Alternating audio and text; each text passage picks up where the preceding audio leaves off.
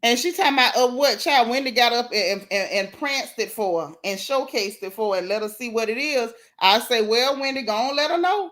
Go on, let her know then. And then told the girl it's a flop. And let her know. Like, I see that your intentions wasn't good. With all that Osu stuff, all that outcast talk, and now you coming with this all mad for no reason. Ashley gonna try to play the victim then talking about some. She didn't have no right to bring that up. I already said that I lied, so she shouldn't have brought that up. You shouldn't have never said it, and it would have never been a part of the conversation. So you need to sit there, eat your food, and have about 2 pounds of that hair removed from the top of your head. Juan and Eddie is over there laughing because they used to these women bickering. They Juan like, well, shoot, I'm glad it ain't us, man. They over there laughing and kikiing. Ike sitting over there at that point, he looking bothered because he like, dang, now I got to try to go at this man for no reason and pretend he did something to me. And he was so dumb, he didn't even take cues. The men are not getting involved with the women's stuff. But I guess when you an employee, you got to do what you told. Period. Hey, Tammy Carter. And so I said, okay, straight up, that I see he over here bothered. That's what it is. And so Candiace stepped up, and hey, fresh strawberries. Candiace stepped up and was like, well, girl, if you saying that her mom said this and the sister said something to the mama, she said that still don't have nothing to do with Wendy. Like, what are you even talking about? So Wendy was like, child, I'd rather talk to Mia. If y'all want me to work something out with somebody, I'd rather work something out with Mia. And that's saying something because y'all know Wendy don't give a flip about Mia. She paid Mia hot, dirty, greasy dust. She said she'd rather talk to Mia. She said, come on, let's go. I'll go talk to you. And so they went and talked about they passed or whatever production showing clips, and she was just killing time or whatever at this point.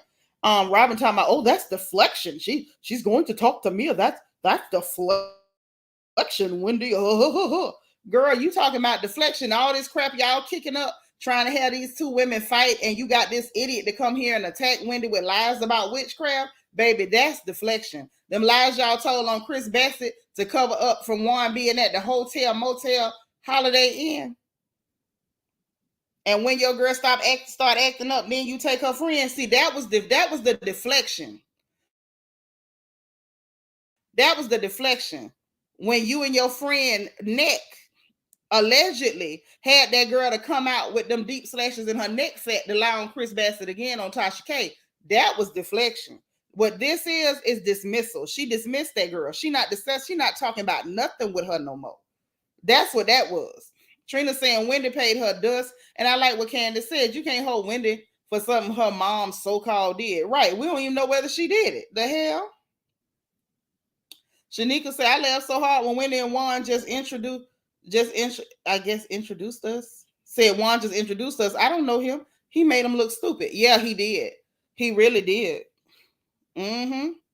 Lord Tia Baller say Robyn needed a mirror held to her face. Deflection. I know that's right, girl. Headquarters. Deflection. Okay. So anyway, Candace tells her, like, I don't like to see the two Nigerian girls fighting. Like, y'all, it's a small community here. Like, that's not cool. And while they over there talking, because Wendy left them, like, y'all at the table want to do this messy garbage, do it on your own. Juan over there playing the knocked into the fence and knocked the food over. They seen the food falling. Candace dramatic behind talking about, oh, that's the demons coming to get us. I said, oh, Lord. But that was funny. So Wendy was like, girl, I ain't had no problem with that girl. I even gave her my number. I guess this was at the housewarming. So she trying to be nice to her, like, what is your problem? And so she said, don't be mad at me because God worked overtime on me and clocked out on you. I said, oh, Wendy. Okay. Wink over there lying, talking about, I'm still like right now, I'm still not mad at her. Like, I'm still not mad. Of course you're not. You came there to attack her and lie on her mother. The same person claiming she was not mad when Mia turned around and ran over there to tell Eddie and them, like, well, he said you unfollowed him on Facebook. Eddie looked crazy. Like, are you serious? So he went to go ask him, like, we men, like, what are you talking about? And he was like, are you saying you don't know me, bro? You don't know me, bro. You don't know me, bro. And he was like, I just met you. Eddie is so cool and so funny. Eddie was like, but I just met you. I just met you. Like, I don't know. What are you even talking about? And he was like, I just met you. Eddie didn't. Eddie was confused and still smiling while they trying to act like they getting booked over Facebook. It's like, I just met you. Just met you. So I should say how you lead with I don't know her, but then mad Wendy and Eddie are not acknowledging a connection via in-laws. Yeah, child, bye. Bye. Like we've already had the Gorgas and the Judices with the we got a family connection, so we're gonna come on here to drag you, and that's gonna be our storyline. Yes, Ray Nneka trying too hard and looking stupid as hell. I'm not going for it. Eddie was just like looking at him like he was crazy. Ike over there acting like he ready to get active over Facebook. Definitely was a good clap from Wendy. I was laughing when Wendy was like when Wendy flipped her nicely laid hair at her and said, "Girl, it's a flop. It's a flop. It's a flop." Baby, I was tickled. I say, no, Wendy didn't. Brandon Martin said, I was confused about why Wendy left with Mia, but did she pick Mia up to spite Robyn and Gizelle? No, she did that to let that whole know. I may not like her, but I talked to her before I talked to you. And she still wasn't being buddy with me. And she was like, look, we can move forward or whatever and be cordial and be in the same spaces. And, they just rehashed a little bit. Oh, are you saying that, hey, Shane, are you saying Nneka could be Big Frida's sister? Now, I love Big Frida. Southern Ivy said Nneka's husband tried it. Oh, it wasn't even Instagram, Southern Ivy. It was Facebook, girl. Facebook. Eddie was still smiling. Eddie still cheesy. Gizelle ignorant but talking about he don't want no smoke. He's a lawyer. He's not living off his wife's money. He makes his own. He's not gonna risk anything he has to try to be relevant, arguing with little tacky Ike who's still wearing a mohawk. Anybody still wearing a mohawk? Listen, that person ain't got nothing to lose.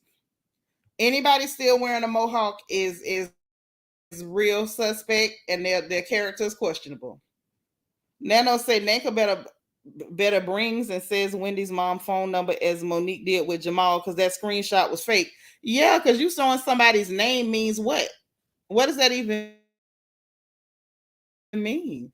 Talking about she called her on Good Friday. Here it is. She called her on Good Friday. It was 9 minutes. Not an African clear boy. No, that's actually par for the course. That was par for the course. Yeah. When she said it's a flop, I got weak. Nano said when Mia asked Nneka, so they know each other, and she said, I think they do. I think they do. Child, listen, it's not working. Couture Bay say one of Carlos' former producers said recast everybody but two. Oh. Baby, she slung that neatly, nicely laid hair and said it's a flop. That's right. Big Frida is a diamond, is a gem. I love Big Frida. For real. She could never, ever have anything in common with Big Frida. Love Big Frida. T to the fourth power said, I saw another podcast today that the woman Diana said Gizelle was about. Child, we already covered that earlier in our first live stream. We already covered that. I love you, baby. We got to catch the replay. Say Ike was real petty over Facebook. And then one of y'all, Cheryl, was it you or was it Deborah Randall saying that man ain't even posted on Facebook since 2021? Get me out of here. Let me put this stream y'all in the chat because I definitely got to hear what y'all got to say. I definitely got to hear what y'all got to say about this one. I have to hear it. I have to. So wait, hold on. Lel says, so Wendy's mom knows Nneka now is what we supposed to believe. Like the whole thing makes no sense. Right. She don't know you. She ain't dealing with you, but somehow her mama knows everything about you. And so now she's taking your name to a whole shrine. You got all the nasty girls, Mia, Gizelle, and Robert sitting there like, oh, I believe it. Just like y'all believe the girl with the deep slashes in her neck fat. We know y'all will believe anything.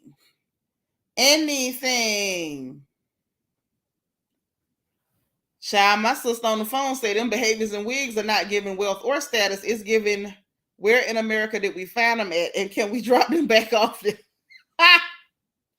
Baby, ain't nothing worse than trying to look the part and it ain't quite coming together.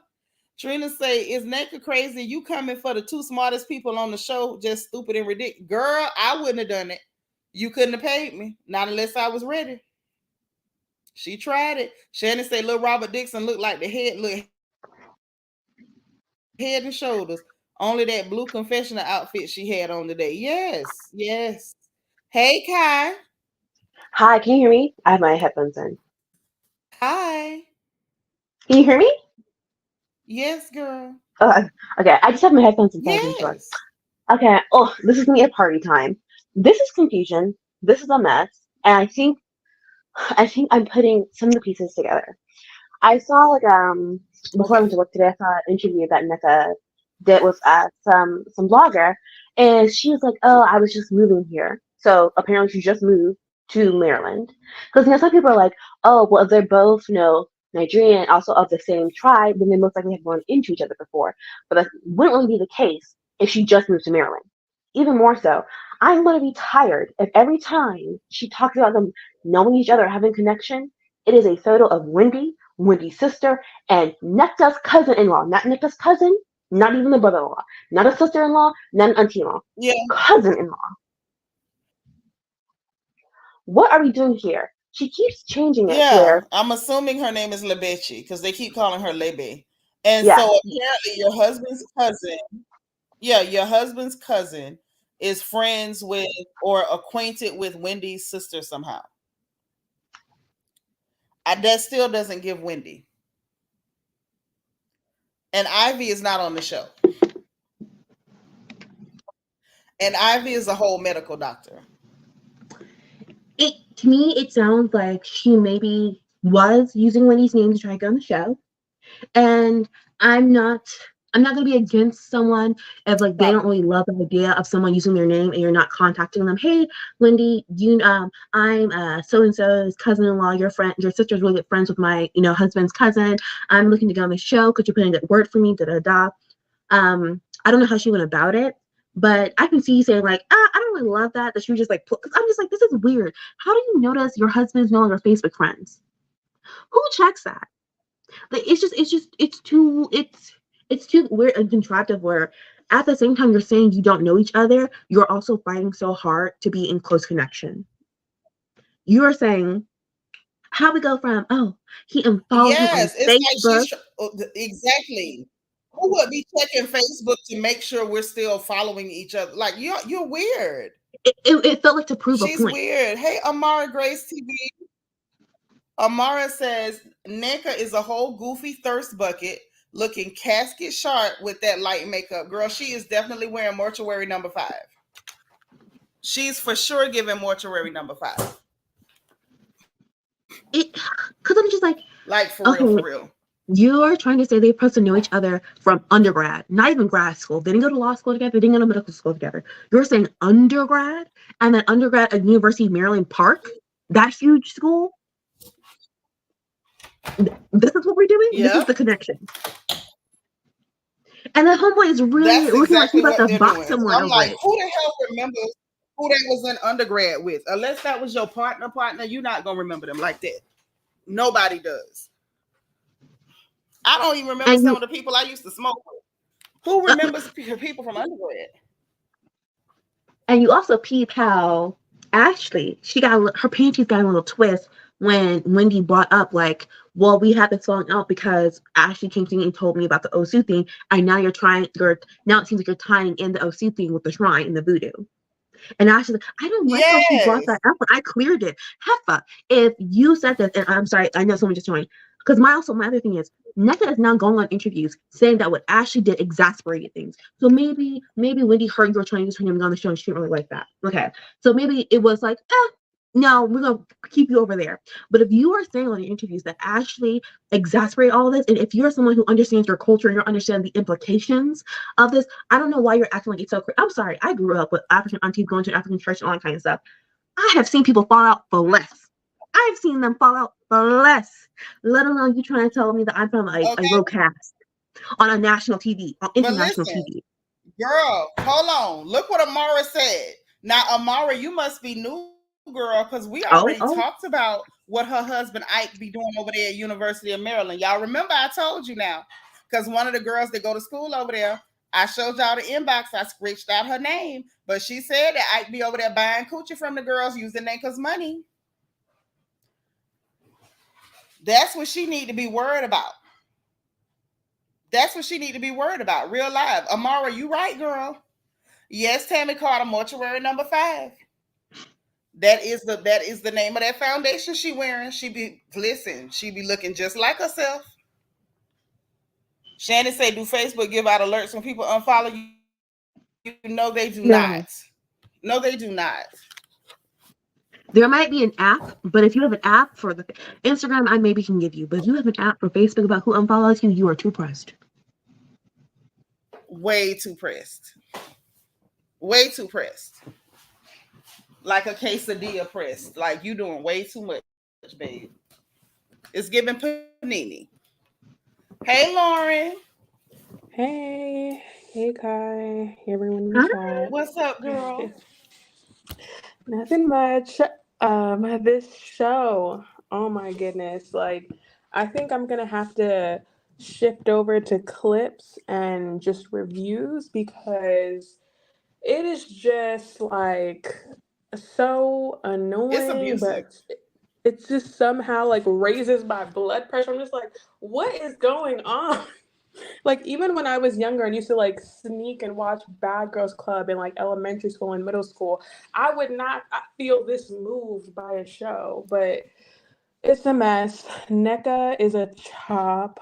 That whole beef thing with Wendy, my thing is like, okay, let's just say I'm Nigerian.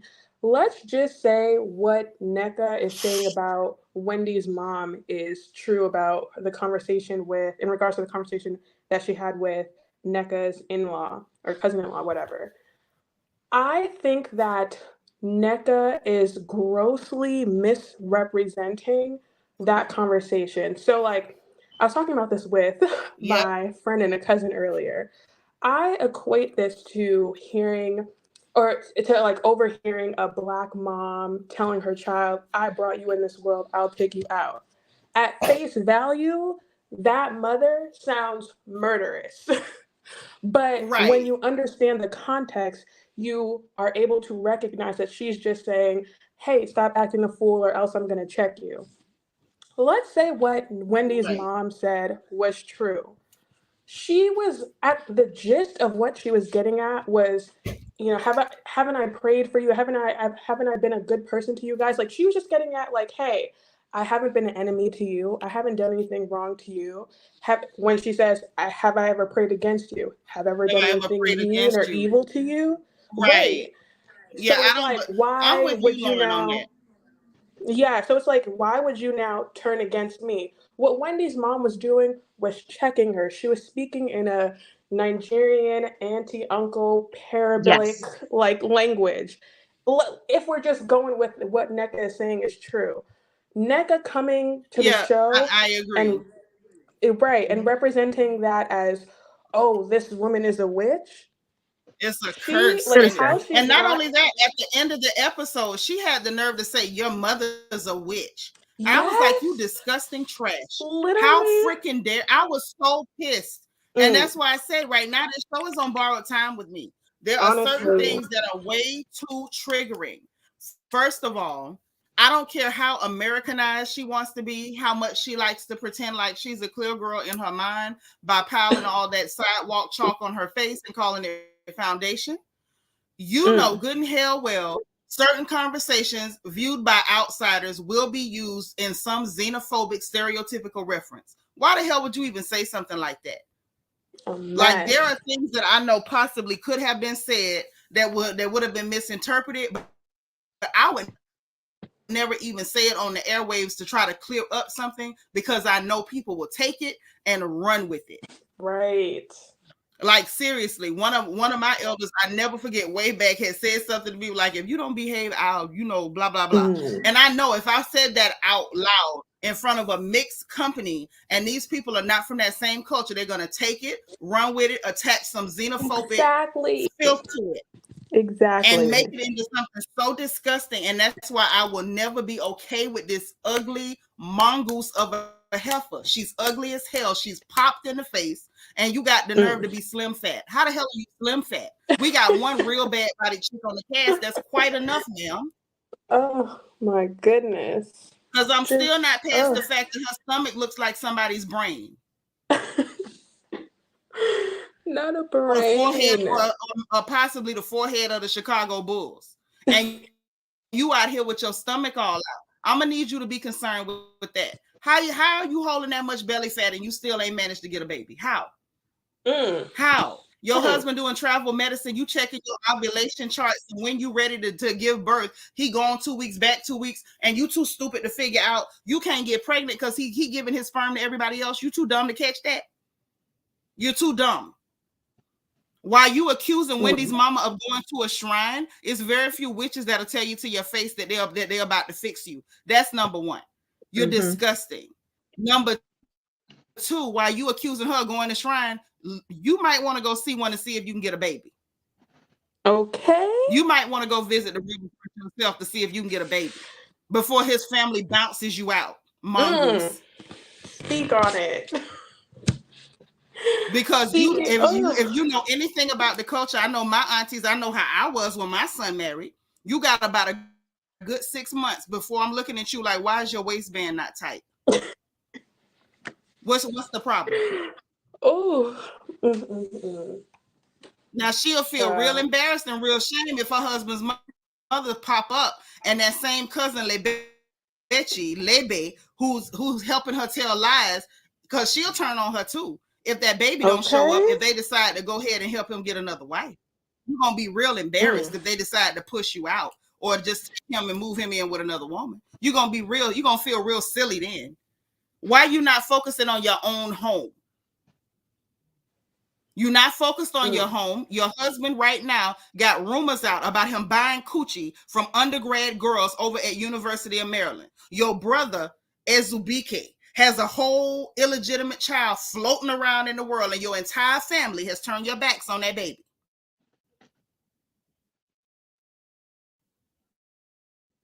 A male child that you all left outside is giving your entire family is trash. I blame your mother.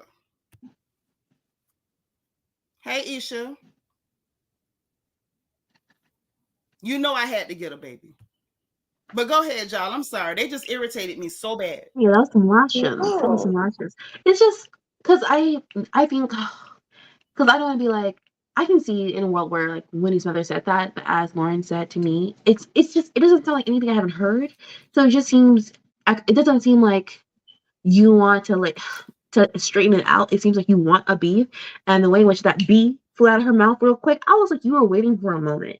You were very so waiting for a moment, and it's even wilder when you hear Wendy say, I was nice to her, I was welcoming, I gave her my number. So that is weird that you see her have that conversation with Robyn.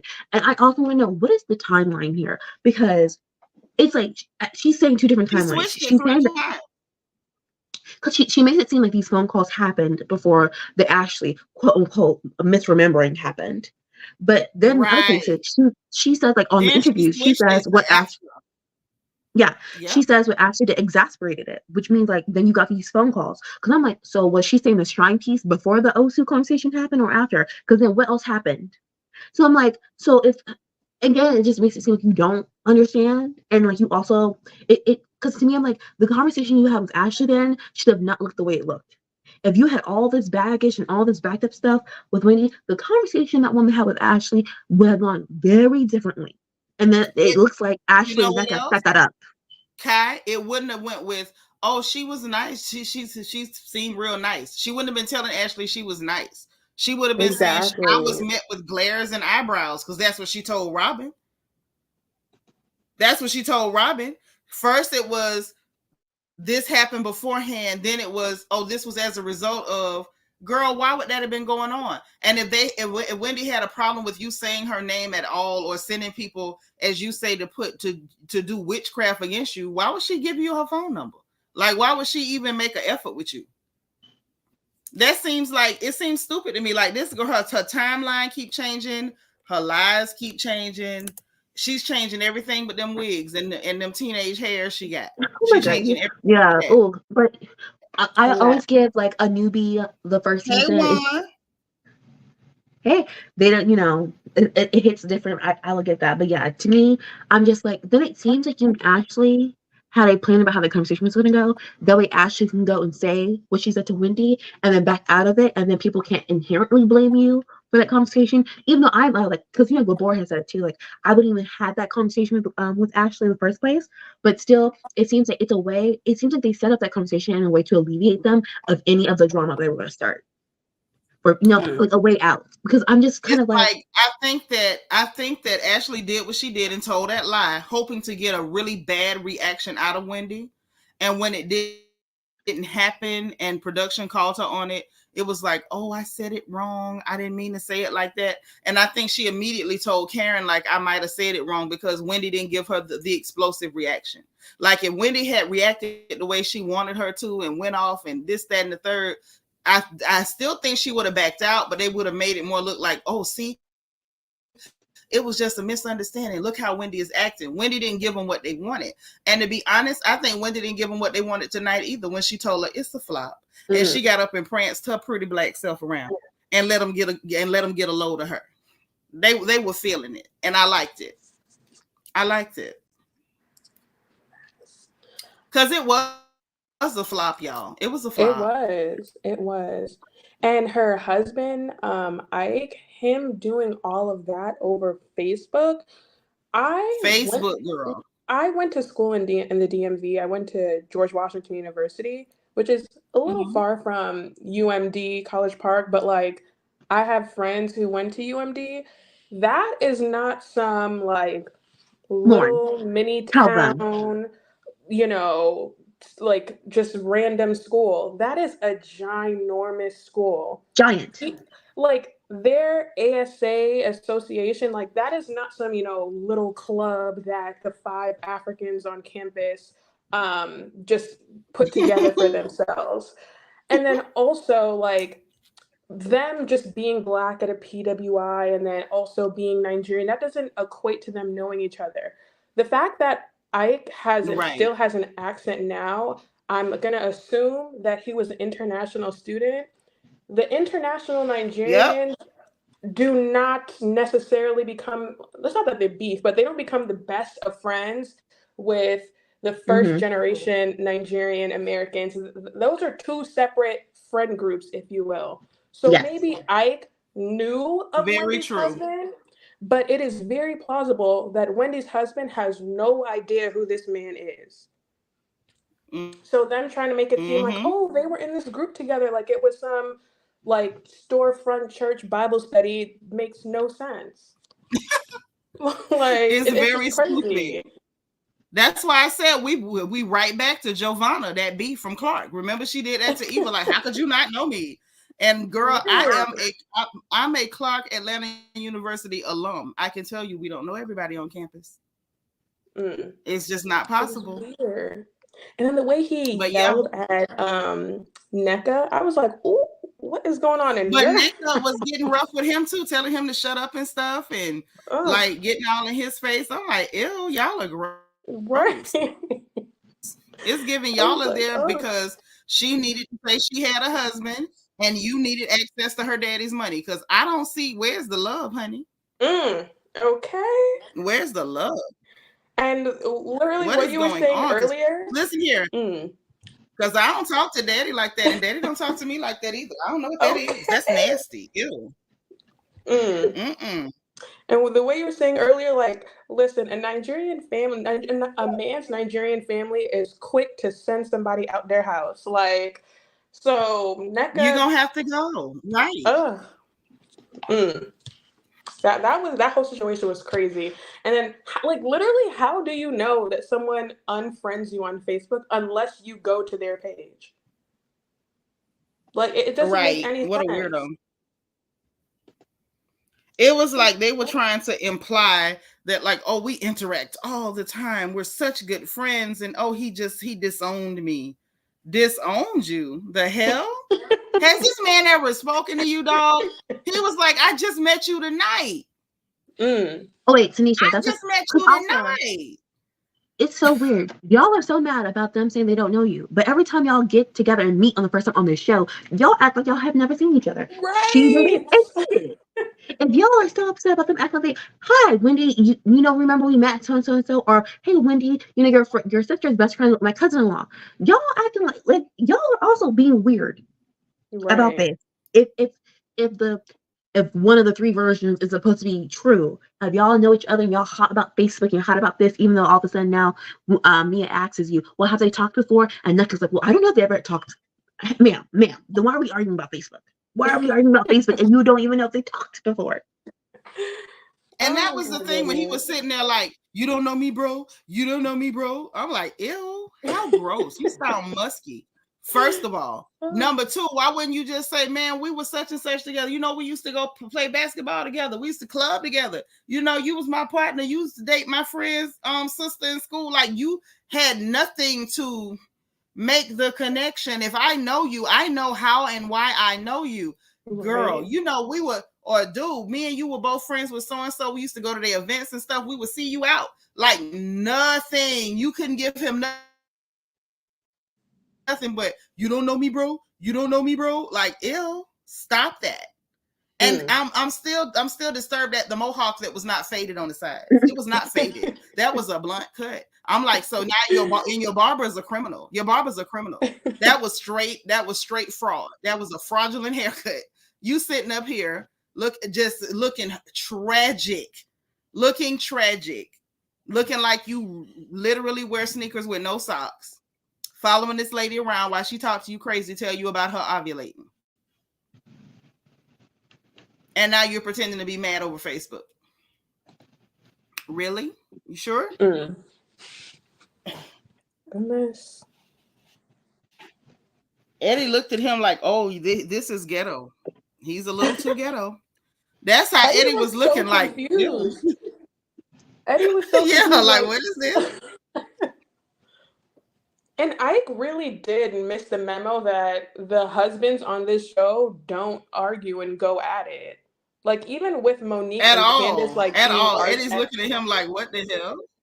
right, like, even with Monique and Candiace going at it, the Chris's were still, like, cordial with one another. You're over here trying They to were fight over okay. Little Facebook? Chris, I kind of apologized to Big Chris. Yeah. Right. Yep, little Chris apologized to Big Chris, and he did everything but said, like, please don't snap me like a toothpick. I didn't mean it like that, and moved on. It was just Shannon all said, and he weird. should have said, Eddie, I'm your father's brother's cousin's former roommate. Should have did something. I was just like, this is so gross. This is so gross. Like, this whole thing is, y'all, it's gross to me.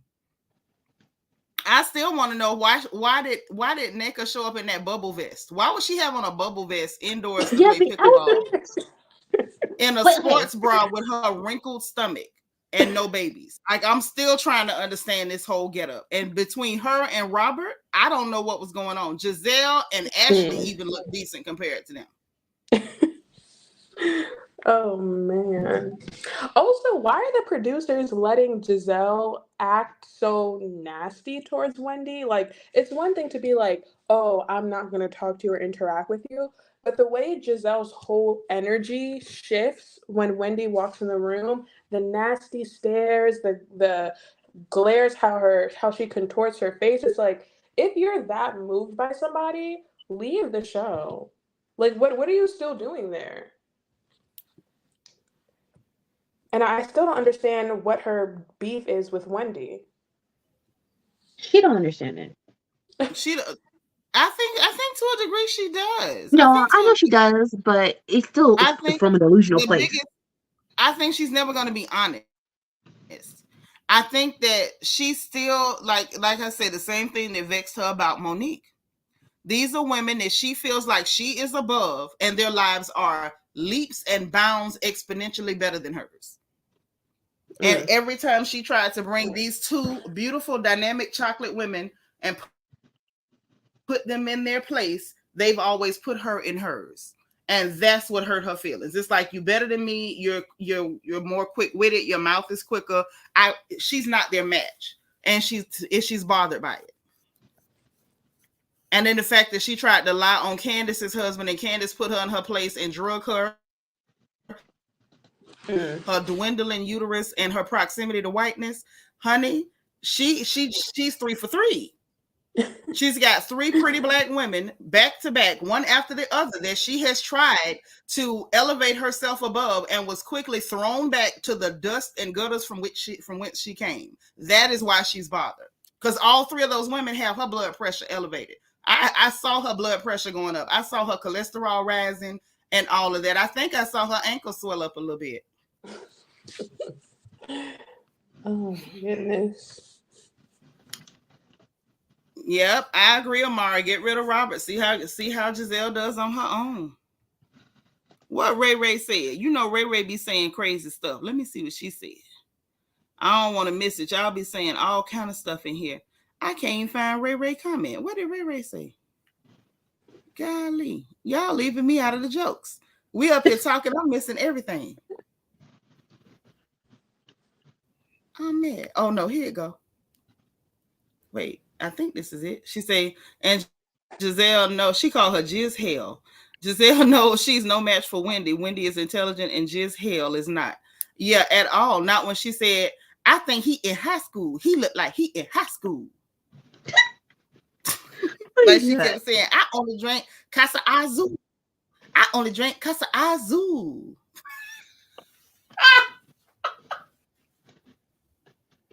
Gizelle is embarrassing. Like it's funny, but that girl, she is embarrassing. She's so ignorant and low class. Oh, it is hurtful at times.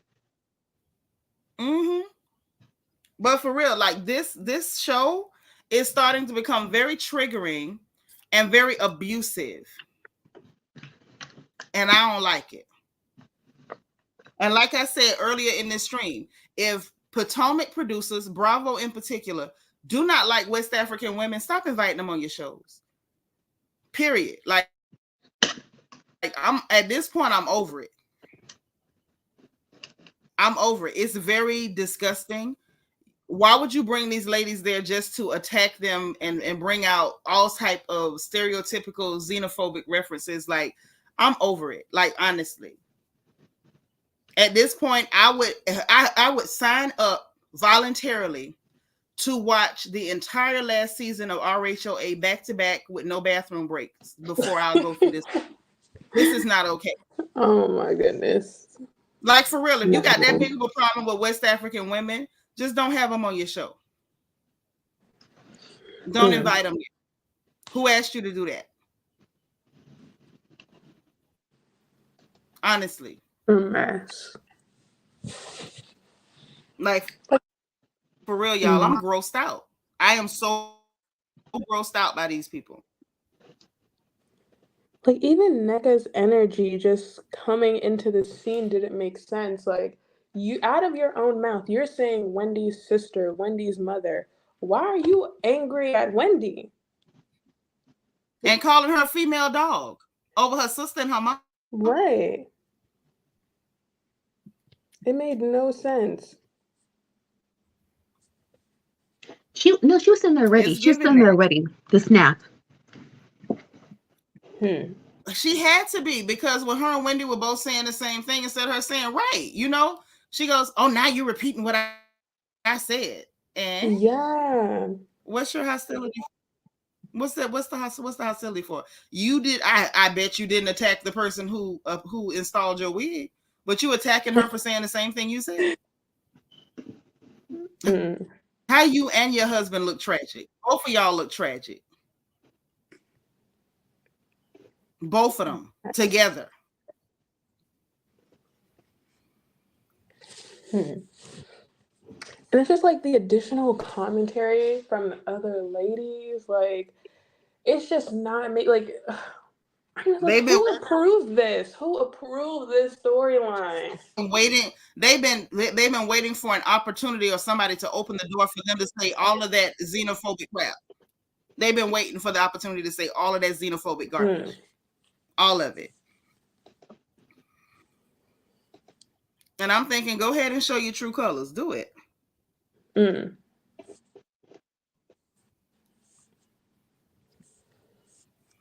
This don't was know really, y'all, how. this was a hard watch. Yeah, that's why I'm just like, I honestly am probably just gonna switch to like clips. If the clips are interesting, maybe I'll watch the whole episode, but it's really just looking like reviews from now on because it was just so disgusting.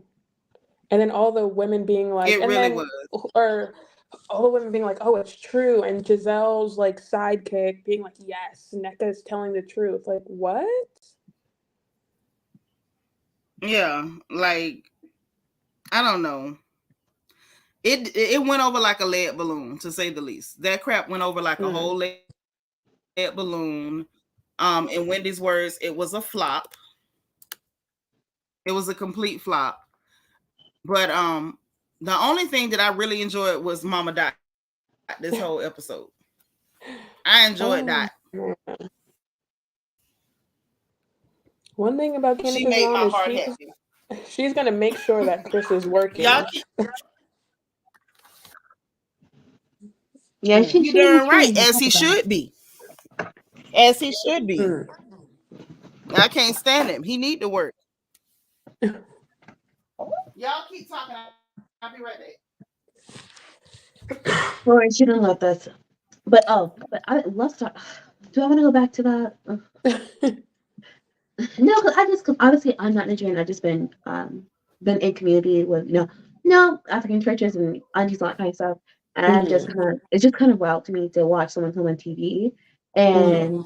and essentially to me using colonization for like very common like things I've heard in that community being said, like Yeah. having a crazy like I feel like, and also it's telling to me that I think that's a screenshot from the cousin's phone and it's not Auntie Susan, it's Susan, Okay. It's like right? their whole thing just it doesn't make sense. Because I'm sorry, it would be Auntie Wait, what Susan. It would be happened Auntie now? Susan, right? I rolled us back. Wait, say what now? I rolled us back, and I was just kind of like, I really don't like the Okay. idea of using common terminology for a community and bring it on a show, and like people are gonna take it and not gonna take it in a negative connotation. And I was saying how like when they showed the screenshot Right. of the cousin's phone with Wendy's mom, to me I'm like, wouldn't it be Auntie Susan and not just Susan? Like what is?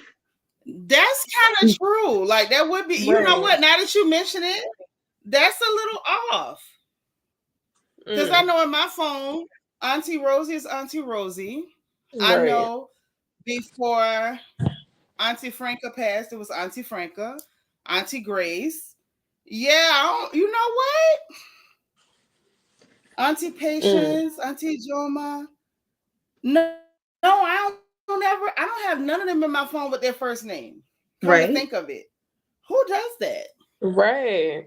Again, I didn't mean to go back, but I'm just like, this is just so strict because I it don't goes even against, and I was just telling Lauren, like, obviously I'm not, very close connection with her, but I'm just like, this is just not the way I have worked in a Black diaspora community. And as someone who like has grown up with so many beautiful Black people of all different places, I had just never seen this.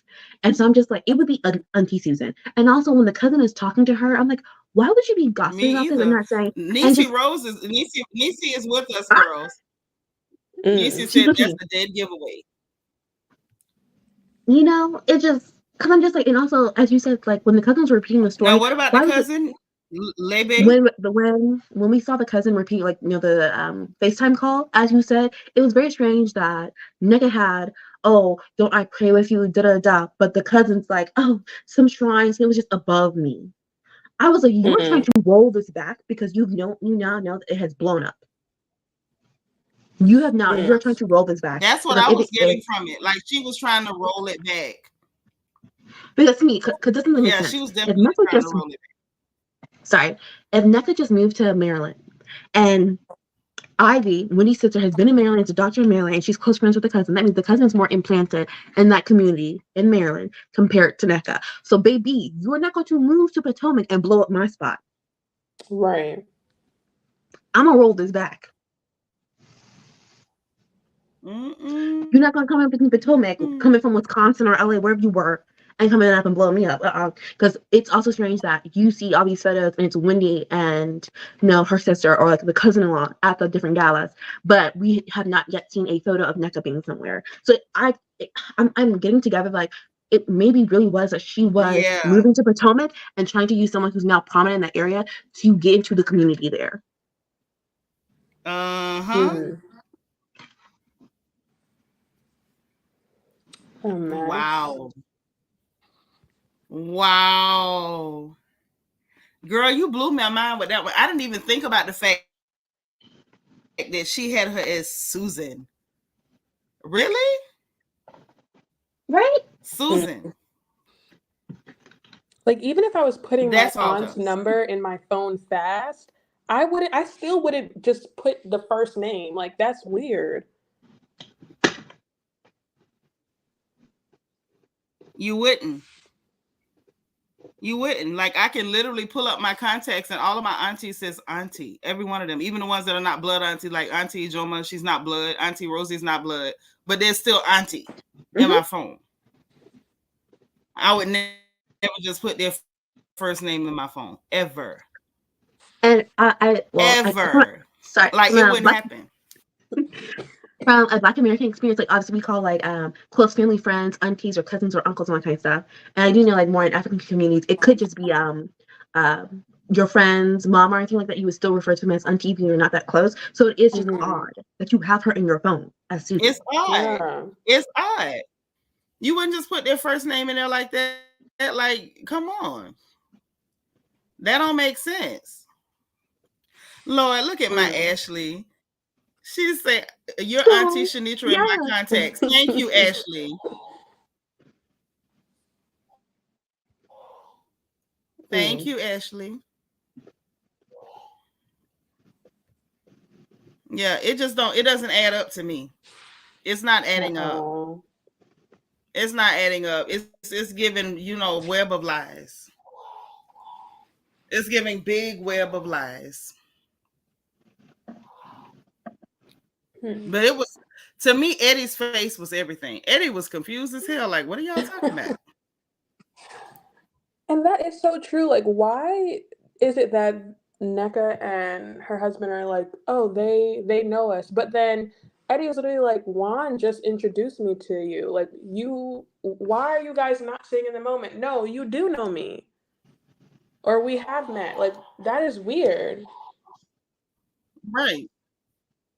Like, even if it wasn't in a confrontational way, it'd be like, nah, we already met. You remember so and so and so. But that's not what happened. Mm-hmm. Lord, Ray say a lace front full of lies. Lord. In the corner. Not the lies. Listen, that is heavy. That is heavy. Oh my God. Nisi say, poor Eddie just trying to be happy with his beautiful family. As he should.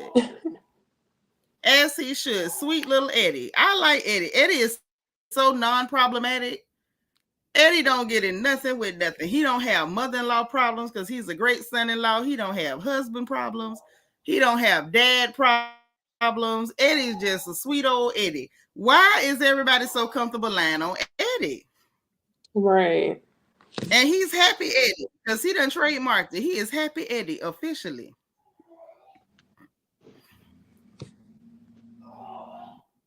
Mm.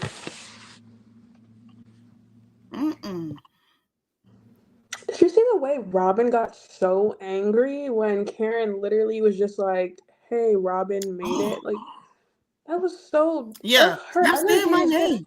Stop saying my name. Stop saying my name. I was like, ew. Like, all she said was Robyn made it and she didn't have to, and was trying to say, like, I'm glad you made it, and she got weird. Just like, girl, relax. Like, this is what I'm talking about when it comes to Robyn, is that like her energy is just so violent. She's too aggressive for this show. What a man, what a man, what a man, what a mighty big man. It's just like, girl, relax. Oh my She goodness. got that man-sized aggression, girl. Man-sized. Oh my goodness.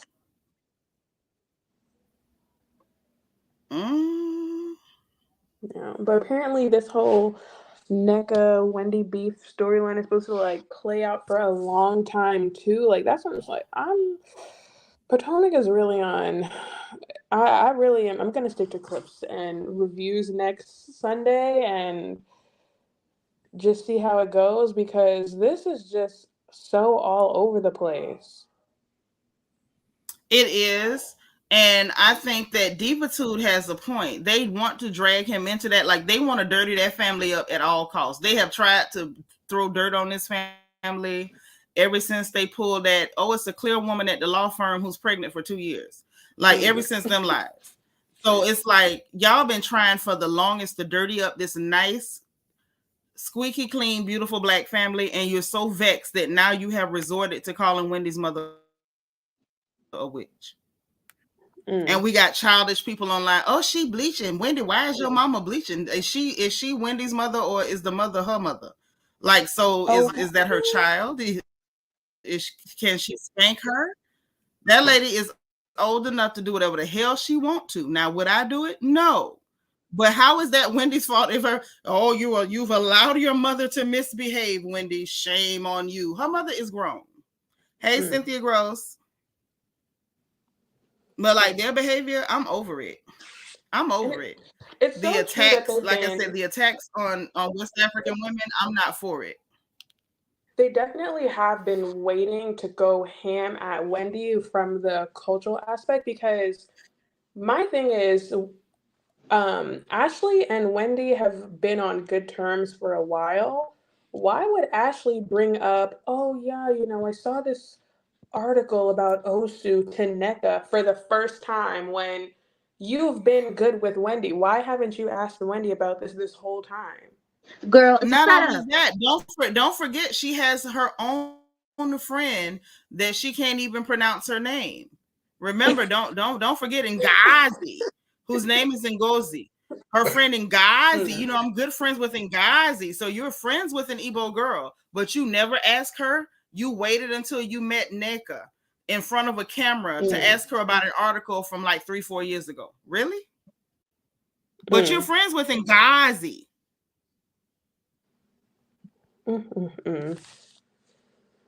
Just need you got a whole Igbo friend named Ngazi, but you never asked her nothing about it. You were so curious that you never asked your friend.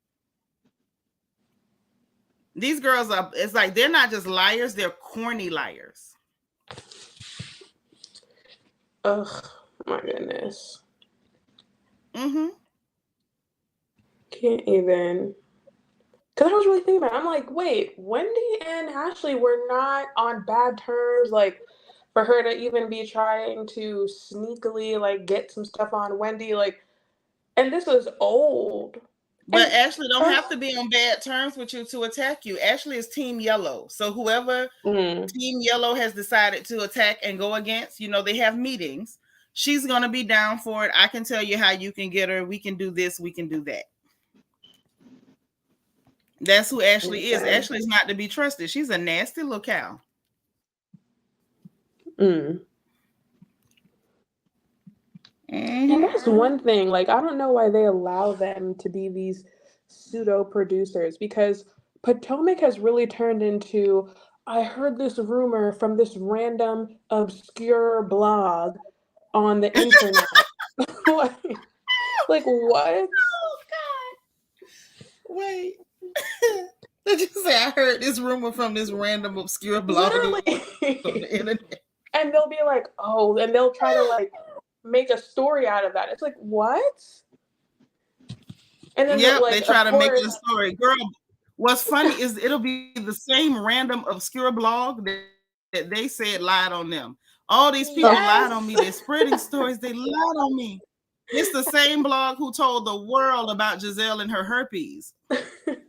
But that wasn't true. Hey, Iman. So you mean the story about your herpes, your flamethrower, that wasn't true.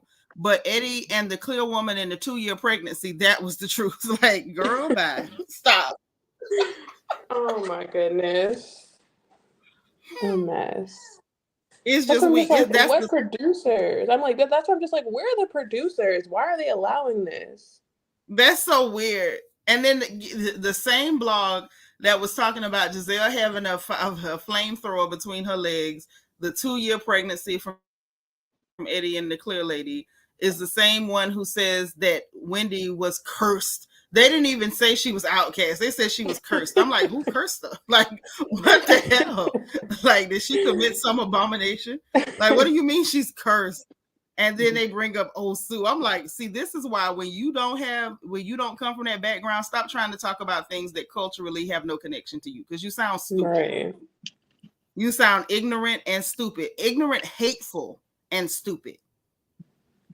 Like, And all that's hateful. That's the thing. Like, they don't realize that this is not some, key thing. Like, this is so disrespectful. It's not entertaining in the way that they think that it is entertaining.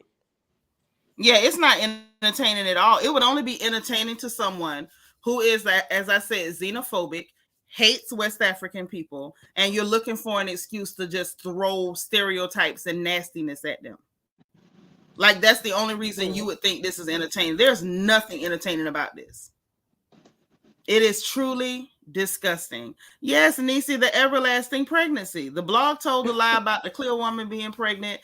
And then 2 years later, Gizelle's like, yeah, well, she overcompensating because the lady pregnant at the office. I'm like, 2 years later, what is she giving birth to? An elephant? Why is she pregnant forever? It's giving mama desperate. It's giving mama desperate. Why is she pregnant this long? Cynthia said, I like Robyn. I just don't understand what Robyn wore to the pickleball event. Well, at least somebody likes a Cynthia Gross, because I don't think any of us do. But she had a long behind day in that outfit, a very long behind day. Like, I knew she was shaped bad, but I didn't know it was that bad. That was horrible. It was almost like, I don't even know how to describe that. Like, it was she was giving us her usual triangle shape, the inverted triangle, but I don't know. It was like Aeon Flux meets Christopher Walken.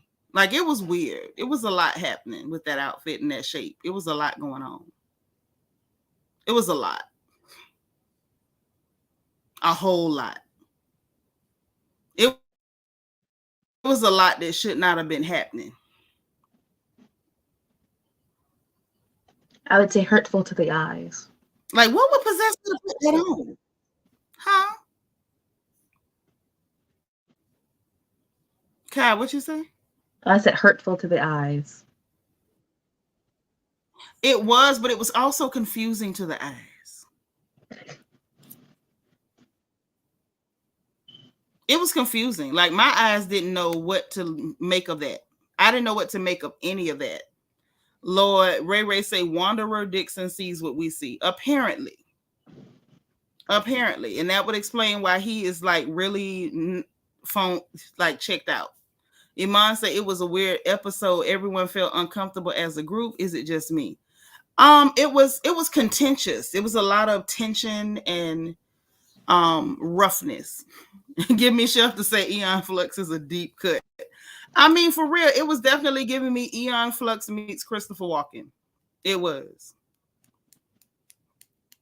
Yes, that's what I got from that look.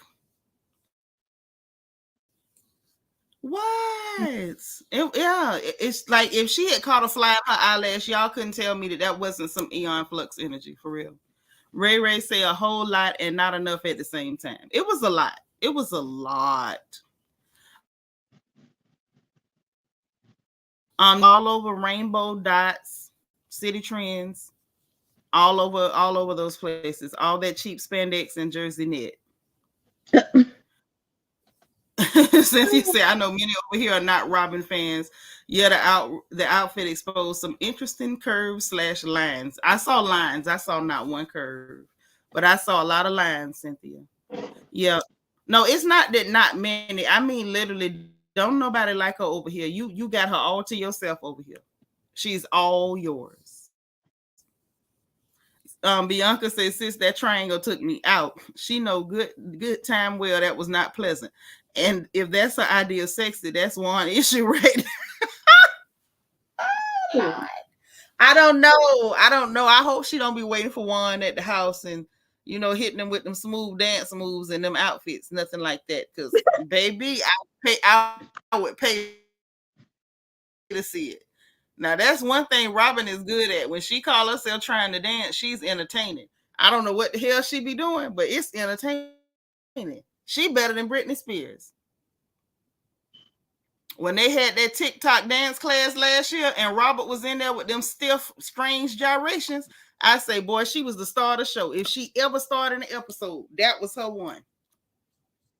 Juan looked so intense. Wouldn't you? He was riding in the car with that. You would look intense too. That was crazy. Yeah, that Kai, you remember last season they did that TikTok dance class? Yeah. She about to hurt herself. Robert was killing it. Boy, she was squatting and thrusting and she was rolling all over. Yes, she rolled over and did something funny with them wide shoulders. I say, yes, Robyn, give it to him. Listen, take her off the show and give her an exclusive contract to do 10-minute dance breaks like once a week. Because I would watch that. That I would watch. Wait, you coming for Ashley then? You coming for Football Head? That's her stick on the TikTok. No, Ashley's not entertaining. Ashley just looked like she itches. Ashley looks like she itches. Robert is entertaining, got dirty. Now that I would watch. When I tell you I set my clock. What time? Robert, don't touch my TV. It's Robert time. Nano say, child, I was watching the video of T.I. and his son. Well, we're not talking about that. We talking about RHOP. Bianca say, ooh, don't put that outfit on with them dance moves, child. She ain't stand a chance with that man. He want us to feel his pain and see what he was down while he was down at the nail salon. Let me stop. Listen, now I don't want her to wear that outfit and do no dances. But if she had a dance break like once a week, I would definitely watch it. You'd be there? Her ratings would be up, and I would be there. Yes, Kai, I would be there with bells on. Oh, Lord. Brittany Janae say Robyn, a.k.a. Betty DeVille, is shaped like a football player. She is. That she is. I want to see her do the Icky Shuffle. Y'all remember Icky used to do that every time he got the touchdown, he would do the Icky Shuffle. I would love to see her do the Icky Shuffle. I would. Shannon say, no, remember they was at the beach house and little Robert Dixon was doing a dance move saying she used to be in the Diddy videos? Yes, I remember that. And they showed her she was in the very back as an extra sitting down in a hot tub. They wouldn't even let her stand up in that video. Ooh. Nano say Ashley and Robyn look like they don't like the shower. Oh. Ashley like, how I get in this? Juan told on Robyn. He ain't told nothing on Ashley. Cynthia say, it appears the cast really does not socialize together. There are multiple camps. So I think this RHOP season is going to be very awkward. Yes, definitely multiple camps. Yeah. Yes. Hey, Arnold. It can't survive past this because the whole point is just you have people who production have allowed to get away with everything and have and run this essentially as a crazy school days sorority. And it's this was the first. This is episode 4. This was the first all cast generally seen, and it was so uncomfortable. These people don't like each other,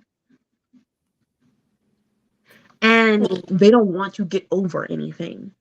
And to me, the main problem is the people who don't want to get over anything so badly are also the people who cause up the most mess. Who cause the most mess? Right. That really is going to be the downfall. Because it's like, and see, I feel it definitely is. It definitely is. Mm-hmm. I'm sorry. No, you're good. I feel like Wendy and Candace, and maybe Mia, they came on this show thinking that it was going to be your regular housewives formula. We fall out, we make up, we can hang out, we're cordial. But I think like Gizelle, Robyn, for some reason, I don't know how they became like just such strong figureheads on this cast, but it's like they don't allow that making up part of the housewives formula to like play out. So it just becomes super disjointed, very uncomfortable to watch because it's not even like, oh, we don't like these people. Like they hate them and they're not even willing to pretend for the good of the show. So it's just like unbearable. Like on Atlanta, even though these people I'm sure don't like each other, they're willing to at least come together to put together a show. Mm-hmm. I'm gonna tell you where I think they really messed up. They messed up by trying to have too many targets at one time.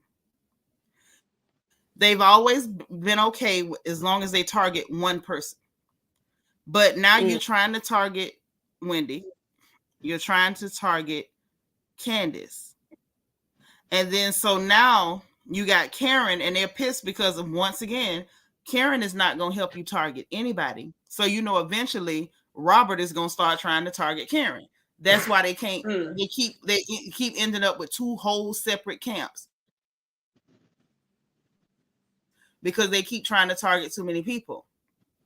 Especially when they try to target one person and they can't get the other dark-skinned girl on the team. Okay, well, we'll just go after you too. We'll target you both. And Karen is always the tiebreaker and it just doesn't work. And now they've allowed Wendy to bring a friend in. So now they really don't have to deal with y'all. They don't.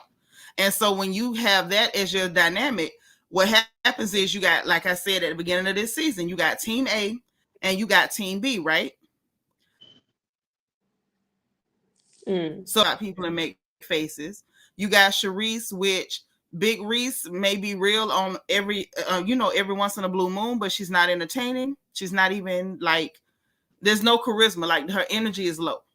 You got Robert, who's gonna wear bad clothes and say she don't care. You got Ashley. Ashley has to be able to wander between both camps to keep up mess, or she's just gonna try to argue and all her arguments fall flat. And then you got Mm. Mia, who has IQ of a stick of butter. And now you bringing in Nneka, who's stupid enough to wear teenage hairs on a Bravo show. Who's ever done that? Like, that is the most ghetto thing I've ever seen. You know, Like, she Wendy wants had to be them. high class. Her hair is giving Love and Hip Hop. Mm. For real. Team B sucks. Like, they got more people on Team B, but it really sucks. Like, they actually have to come together like the Avengers, and it still falls flat. In Wendy's words, it's a flop. It really is. It's a flop.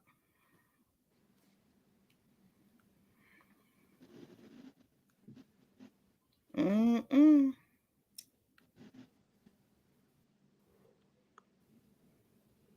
Facebook. Y'all all over Facebook. And it's really the fact that he was actually Facebook. getting angry too. Like, what? Like, sir, are You you don't know me, bro. okay? You don't know me, bro. You don't know me, bro. I was like, ew. Not with your mohawk that's not faded on the side. It's not that. You don't know me, bro. Ew. Mm. Mm-mm. Gross. It's really gross. Can't even. Can't even. Like, I feel like Nneka really could have gone on this show and had like a good entrance and had and prioritized her own family and all the chaos that is going on in her family as her central storyline, but to come on in this fashion, like how are you not embarrassed? Should be. And like, okay, let me ask y'all this since I got y'all two up here. What do y'all think about Nneka like paying for bots online? That's weird. Oh my Okay, you know goodness. I me. saw it on Twitter and I was like, what is happening? She's buying bots because Oh my and I'm gonna god. tell you how I know they're bots. because they'll pop up and they'll keep number one, the numbers are never right as far as followers and the post and all that. It's never there. And then they say they keep saying the fearless queen. Fearless of what? What is she like? What are you talking about? What is she fearless about? Who is putting fear into her? What do you mean the fearless queen? Because the last time we talked about, I was like saying like I was hearing and I listened to a podcast and like she had friends telling other podcasters who were in the same circle like, oh, can you take that down? All the kind like she was not, how do I say, was she like, I don't think because I don't know how she thought this was going to go anywhere else, because thankfully like viewers at large, even sometimes if they don't like Wendy or Candace, are like, this is wrong. So I don't really know how she thought anyone's going to take this, especially with the added connotation of like, it feels very icky because like we're mixing culture and religion over some petty drama about like them really not wanting to know you, and this racially ambiguous biracial girl bringing up this 4+-year-old article. I don't really know how you thought it was going to go, and the fact that you have friends reaching out to mutuals to take down things. You got these weird bots. Nneka, because I find it weird that when she was announced to be on the show, didn't have all these fan pages. Like, it happens, but you didn't have all these fan pages. But then all of a sudden, it comes episode 2 or 3, not even episode 1, episode 2 or 3, when the block gets hot, all of a sudden, Nneka Stan Army account, Nneka this, and all this kind of stuff. After people have an opinion on you. So I can understand maybe it's something popped up beforehand, but I was just like, so this Stan account just all of a sudden wants to start up on episode 3? Yeah, because what it was is I think she didn't expect the backlash that she got.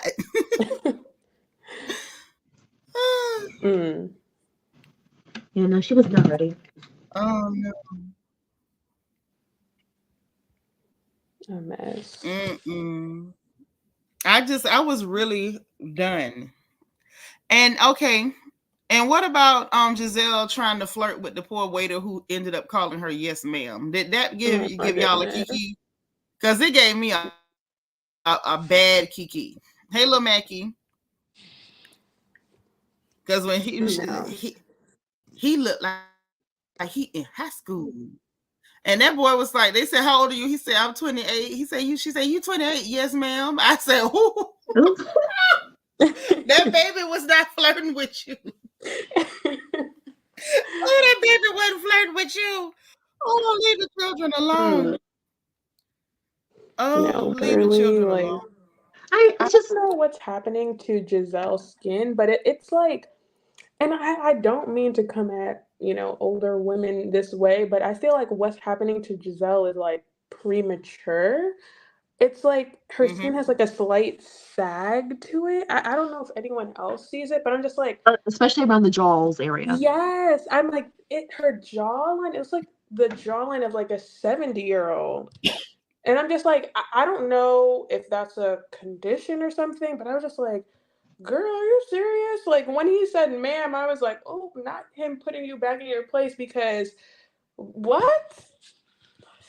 I don't know, but every time Gizelle's on the screen and there's a close-up, I'm like looking at that jaw area. I'm just like, what is happening there? Cynthia, what are you talking about? So because you go to a huge campus with somebody and you're a part of an African student organization that is massive, you have to know everyone there? Like, that doesn't even make sense. I ain't being funny, but that doesn't make sense at all. I don't think they know it's how not logical. Big the school is. Like, I don't think people realize how big that school is.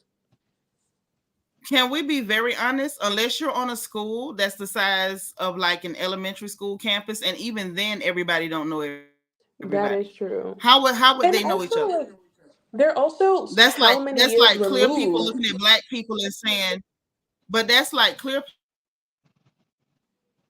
people looking at black people and saying, don't you know her? Y'all are both black. Like, that's just weird. It's just weird. And it's like, they're also several years. I'm just saying, it makes no sense. And to be honest, I found it dumb saying it. Yeah. Like, these people are in their mid from to undergrad, late 30s. This man has gone on to med school. Right. I I'm just saying, Yeah, like, they he's went to going on to graduate school med together, school, Eddie's maybe. going on to law school. Like, y'all really thinking y'all gonna remember each other from undergrad? Literally. Yeah, fearless queen. Like Queen of I'm what? literally like It, maybe 6 or 7 years out from undergrad, and there are some people that I would not be able to pick out of a lineup that would have attended the same university as me. So for someone who's 10 years plus removed, like, are you okay? That gives Nneka and Ike were trying to keep up with the Osefos. yeah, that was weird. That was weird, honey. And Cynthia, that doesn't make sense either, because according to Nneka, she claimed it happened before the housewarming. Then she said it happened after the housewarming. Then she said that Wendy called her mama and said something. Then she said the sister called her mama and said something. Nneka's just. Brittany Janae said, I'm sorry, but Nneka looked like her breath stain. It do. She do look like her breath stain. It looks just like that. She looks like she chases down cobras and bites them. She's giving mongoose, Ricky Ticky Tappy. Amara says they saying she's having friends reach out to blogs. Yeah, I've heard that. Yeah, Kai was just talking about it, as a matter of fact. Yeah. Oh, yes. It's one girl who's Nigerian, and she has mutual friends with both Wendy and Nneka. She said one of their mutual friends between Nneka and her reached out to her to ask her to take down a post. And when she saw the episode, she saw kind of people being outraged. She asked a friend, "Hey, did she ask you to tell me to take down the post?" And she said yes. So Nneka's getting people to ask other mutuals and friends to take things down or watch people's posts, and then the weird bot situation is happening. Yeah, homegirl was not ready. She was not ready. Mm-hmm. And then remember, did we talk about her little message about, oh, if nothing came from me, I have a publicist, and nothing came from me, it's not an official. I said that's because people thinking you have bots and you have your friends doing things for you. So now you're trying to wash your hands of it by saying it's not from a publicist, so it's not me. Homie, it's episode 3. That's how you know she's Right. embarrassed. Yeah, she's embarrassed. Well, you I'm know just what? like, She it's should be. episode 3. Cynthia says she went to Maryland and the black student population was small, but about 92% of us knew or kind of knew each other. So because somebody might have kind of seen you somewhere, that means they know you and disowned you and didn't follow you on Facebook. Now, you know yourself, you wouldn't say nothing that crazy in real life. There's no defense for Nneka or her weird husband with the bad haircut who buys cooch, according to the kids at UMD. Hey, Chi-Town Niger girl, I miss you. Oh, thank you for catching the replays. We love you. It's been a long time, girl. Happy Sunday. But yeah, like that doesn't track. That just doesn't track. That school is not no small school.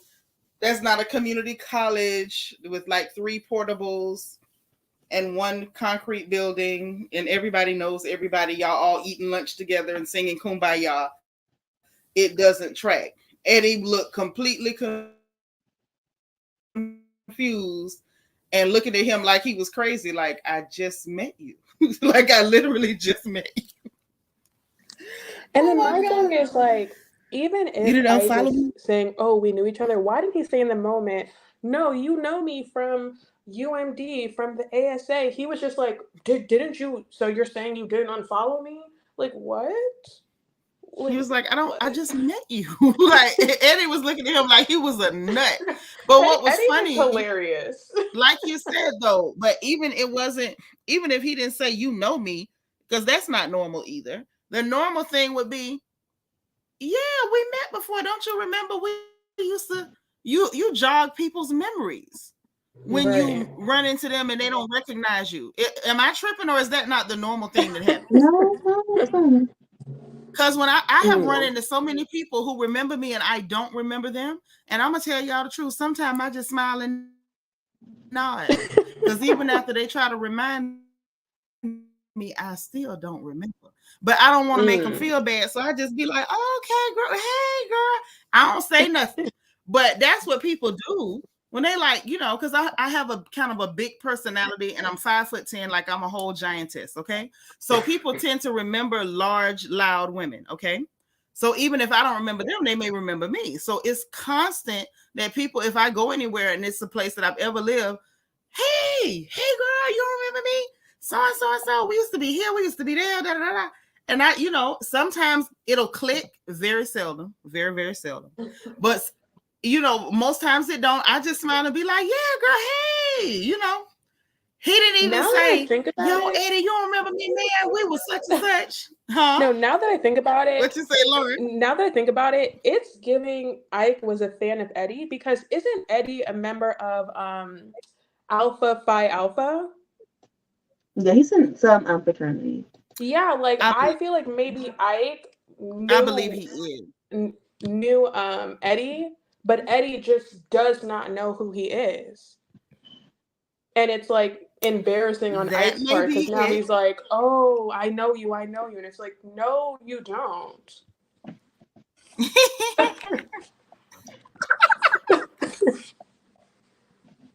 It's just weird. Like now that I'm like, yeah, wait, isn't Eddie in a frat? Like it's hilarious. It's strange. Yeah, like maybe you're like, well, maybe I'll eventually be able to join the fraternity. Maybe eventually I'll, be able to do whatever he felt like Eddie was doing that was so fabulous. Eddie just seems like a cool guy that people like. Eddie might have been popular because he seems very likable. So maybe that was it. Like, wow, he's really popular. People really like him. People really dig Eddie. After all, he is Happy Eddie. Who doesn't like Happy Eddie? So maybe he was looking at him like the cool kid on campus or whatever. Yeah. But looking at little Ike doesn't look impressive in any way at all. Even his scrubs are the wrong size. Like I looked at his Instagram, his pants are too short. You can see his ankles. There's never any socks in the picture. Y'all know I have a thing about men who don't wear socks. It's a lot going on there. So I could see that you were over there looking real local.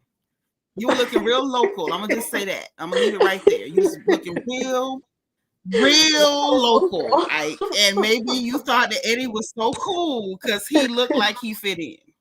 I'm gonna just say that, and I'm gonna leave that right there. I'm just saying the term local champion comes to mind. It comes to mind, The term tout comes to mind, especially with that. You don't know me, bro. You don't know me, bro. I was like, ew. Oh, how gross. How gross. What gutter did Nneka find you in and use her father's money to pay for your education? Where did she find you? Oh my gosh. Ew. It was given local. A mess. Just a mess. And the way they talk to each other really is crazy. Like, yeah, the way her and her husband talk to you, I'm telling you, there's no love there. It's not giving love. Like, if you're comfortable enough to be talking to each other like this on national television, like, I can only imagine what's going on in your home. Yes, and we see coming up in the next episode, girl, I'm scared to imagine. I'm afraid to imagine. It's given he's doing travel medicine on purpose, so he don't have to be home. Okay. It's given arrangement. It's given you got the money, so I'll stay, but you know why you ain't getting no babies. She better have some of them young girls that they say that the people are saying that he pays, that none of them turn up with a baby first. Because that would just be embarrassing now, wouldn't it? I mean, I would be embarrassed. No, would you? I would. I'm like, they must be. Well, I don't know. I don't want to be like over dramatic, but it was very loser behavior. Very loser behavior. It really was. Very much. Very much. Ooh, I have so many thoughts that I just can't say because unlike Nneka, I would never give anybody ammunition to attack one of my sisters. Not on some xenophobic bullcrap, but I have so many thoughts. So many that I will keep to myself.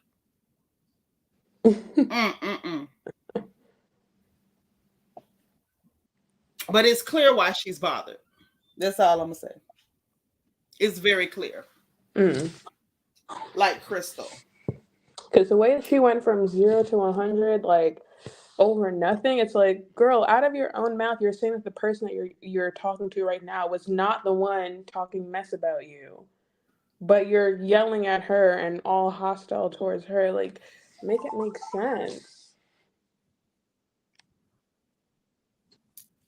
Right. But she can't make it make sense because it don't. Now, Iman, I'm not even putting that on the screen, but I hear you, girl.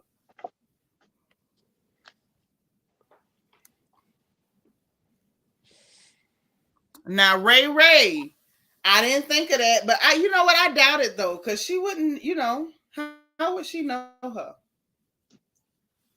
What y'all saying in the chat? You better read that chat. I'm going. Because they saying things in the chat. Things are being said in the chat. Things. Things are being said in the chat. Okay, I can't put everything on my screen, but things are being said in the chat. Y'all know I'm very responsible with what I put on the screen and what, especially with what comes out of my mouth. Y'all know this.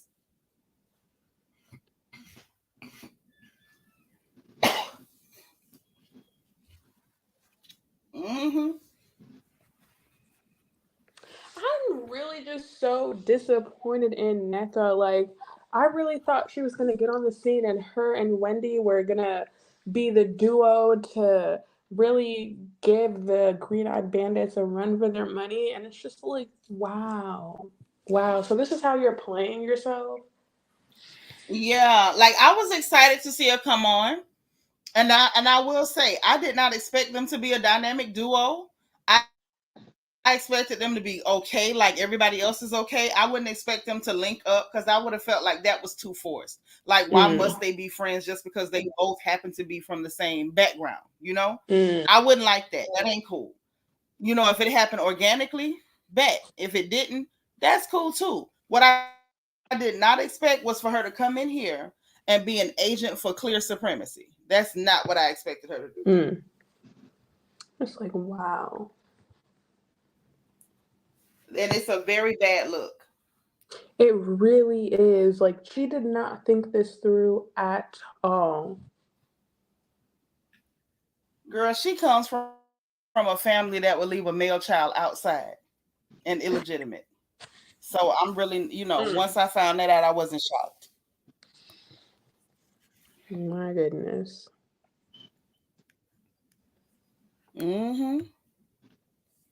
Yes, honey. They be getting down in the chat.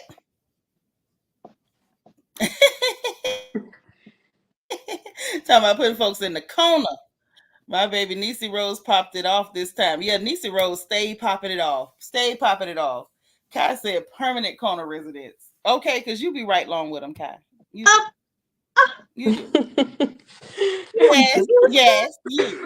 you. Right, they say I'm seeing too many of those old articles from the Avatar being used on the show. I believe someone is in cahoots. Could be, but they was using clips and stuff from her before. Yeah. Knowing the lady be making up stuff, she's been out it. I think the main problem is not inherently it being from that blog. It's just the fact of the matter is, it's just wild to me how these people we don't care about social media. Social media doesn't pay me. Social media doesn't do this. Yeah, they be the first ones complaining about someone going off about them on social media. They be the first ones to bring a blog up from social media. So to me, it sounds like y'all are always up in social media. Right. That really is true.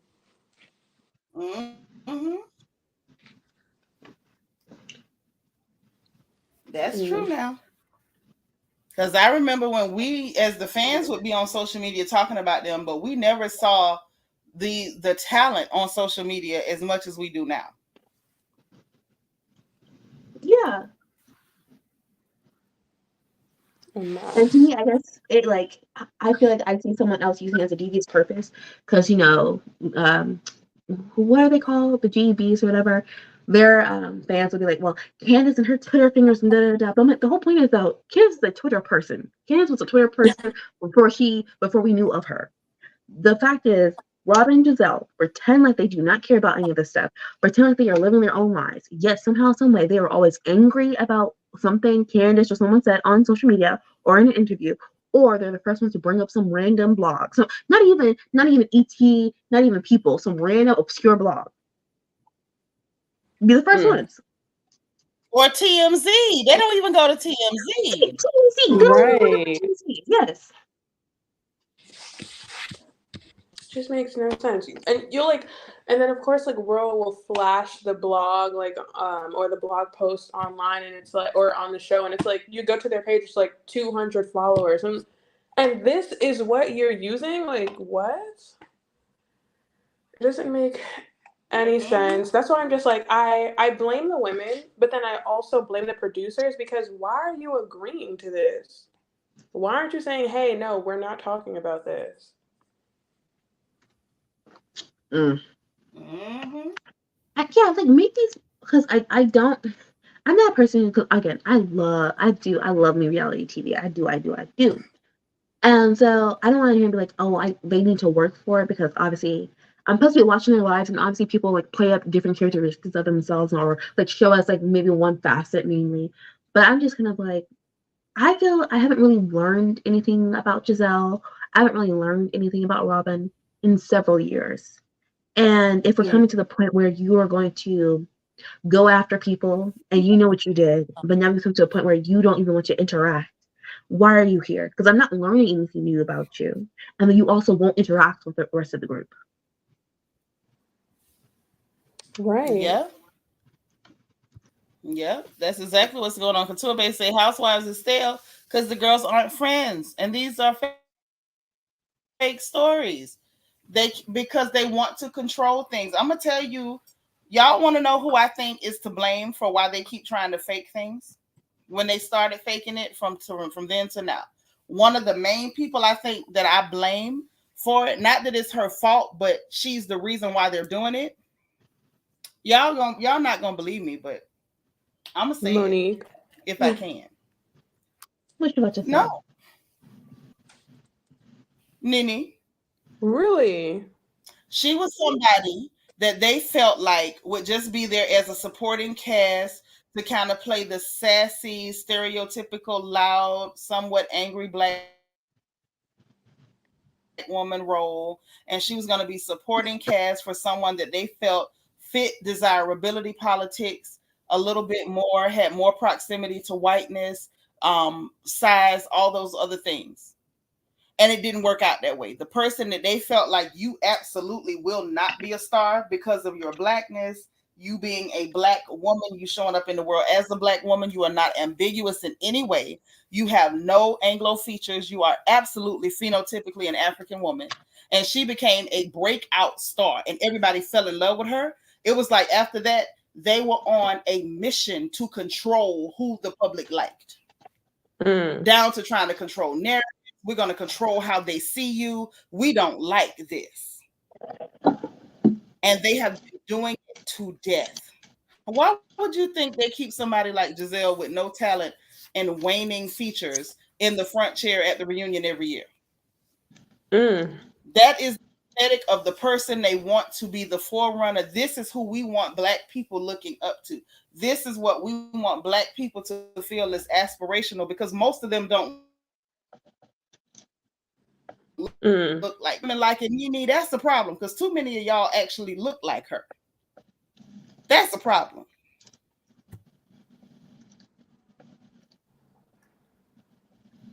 If y'all can't see the hands of white supremacy all over this, I don't know what'll show it to you. That's what's really going on. It's something that happens inside those people's psyche when they see black women actually comfortable being black women, liking it, enjoying seeing versions of themselves on the screen. They never saw Lanithia coming. If they did, they'd have never put on the show. They'd have never allowed her to see light of day. They never thought that that was going to happen. They immediately started trying to fake stuff. They brought in people like Kenya, like she was willing to do anything according to Carlos King. If it's a lie, he told it. And so, you know, she'll do anything. She'll start some stuff. We can create narratives and we can decide who the fans should like. We're going to fake this and we're going to fake that. Potomac came in on the tail end of let's fake it till you make it. We're going to everybody's pale except for Sharice, who was the only darker girl there at the time. And we're going to make sure that these lighter people are posited in a light that makes them more favorable. And Sharice being boring didn't help. Then in walks Monique. Well, then in walks Candace, and then in walks Monique, and now in walks Wendy. And they keep trying to fake beefs and control narratives and fake storylines to try their best to make the racially ambiguous people the heroes of the story. And they keep flopping, in Wendy's terminology, because the crowd said no. I'm just saying, that's what I see. That's what I see. Now, if I'm thinking too deep, y'all let me know. You know, I'm not uncheckable, but that's what I see. Couture say, I think it's when they brought on Trailer Park Brandy. I don't know. I don't even know Brandy. Y'all know I don't watch them clear franchises. Nobody but New Jersey. And why? Because they're ghetto. I like the ghetto people. Shanika C say, that's right, sis. They thought Kim would become the star, but it was Nene. Precisely. No, I mean, I see that because Gizelle really does get to sit first seat or first chair, and she has not evolved through this series. Like, I feel like with other housewives, you can see how even if they are, you know, more well established or more mature, like there's some growth that happens on the show. Gizelle literally is the same person that she was the first season. And I feel like that speaks a lot to the type of person that she is. They don't care about her growth. Those clear supremacists over at Bravo Universal, Truly Original, and NBC Universal, they're only interested in the aesthetic. They do not like Black women who show up in this world as Black women. Period. And it pissed them off. I'm telling y'all, that crap with Nene pissed them off. They literally made so much money off her back, and they hated the fact that it wasn't somebody who looked a little bit more like them. Why do you think they keep low-key sabotaging the Black shows and dumping money into the clear shows that don't even get the same ratings? The ratings we complain about for the Black shows, the clear shows still can't even get. Like, they will use you for your greatness and they'll resent you for it at the same time. Y'all can sleep if you want to, but I see this. Couture Bay say they were shocked that loudmouth woman, Nene and Teresa, were a thing that the disaster DC, then the disaster DC. Ooh. Okay, I don't know what you meant by that one. Which disaster in DC? When they did the DC Housewives, because that was hilarious. Especially that lady who tried to crash that White House event. That was crazy. But yeah, and I think the same kind of thing happened with Teresa to a certain degree, because I think Teresa may more accurately represent her community than some of the people they're trying to push to the forefront. Like, you got to be careful. The people you want to appeal to, the audience that's your demographic, when the people who is more closely to them, who more closely represents them, their ideals, their beliefs, their behavior patterns, speech patterns, we're naturally going to gravitate toward those people. And Bravo has not figured out how to get our viewership without us liking the people who actually that we actually feel like represent us. I believe that's their biggest issue. That's what's got them pissy. They mad right now. They've been 3 seasons. This is the 3rd season that they have tried to take down Dr. Wendy Osefo. Three straight, back to back, bum, bum, bum. And they cannot figure it out. They cannot figure out for the life of them why, for the most part, the crowd goes up for her. She represents where we are right now as Black folks, period. Like, and not even West Africa, ADOS. Like, she represents where Black women are right now. Educated, successful, and bad to the gristle. Like, that's where we are right now. Our girls are magnificent. Our girls are stunning. They are the most educated group in this whole piss pot of a country. So she represents where we are right now. You want our viewership, that's who we like. Right now, the climate is not such that the masses are going to go up for colorism. The masses are not here for the ambiguous with no talent. We ain't here for it no more. That day is past. They would have had to make this show back in 1989 when yellow was still popping. Yellow ain't popping like it used to. You don't actually have to have some talent, some style, some charisma, some education, some business acumen, something that makes you phenomenal. Because right now, if we're being honest, we have a large amount. I mean, we have got a ridiculously large amount of phenomenal Black women right now. Like, this is a hell of a time to be a Black woman. I only wish I was in my 20s and 30s so I could be out there, you know, rolling around with y'all. Y'all doing your things. So nobody wants to see mediocrity wrapped in a banana skin. Like, nobody wants to see it. As much as they keep trying to make fetch happen, the crowd keeps throwing it back. That really is true, though. That really is true. I feel like you can see it in how Andy like handles certain women on the reunions or on like Watch What Happens Live.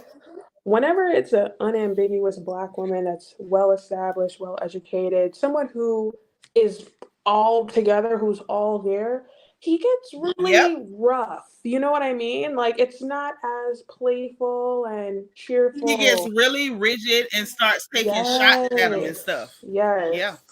And it's like, whoa, I thought this was supposed to be fun. What you're seeing is, when y'all see that, what you're seeing in real time is how white supremacists respond to your Black excellence. That's really how they feel. It's a gut reaction. Y'all sitting up here looking all beautiful and talented and accomplished and starting your businesses and, you know, going to the gym and keeping your waistlines in check and your edges are full and your skin is glowing and I drink water, pay my tithes and taxes, and Andy's sitting up there with a mouthful of vinegar.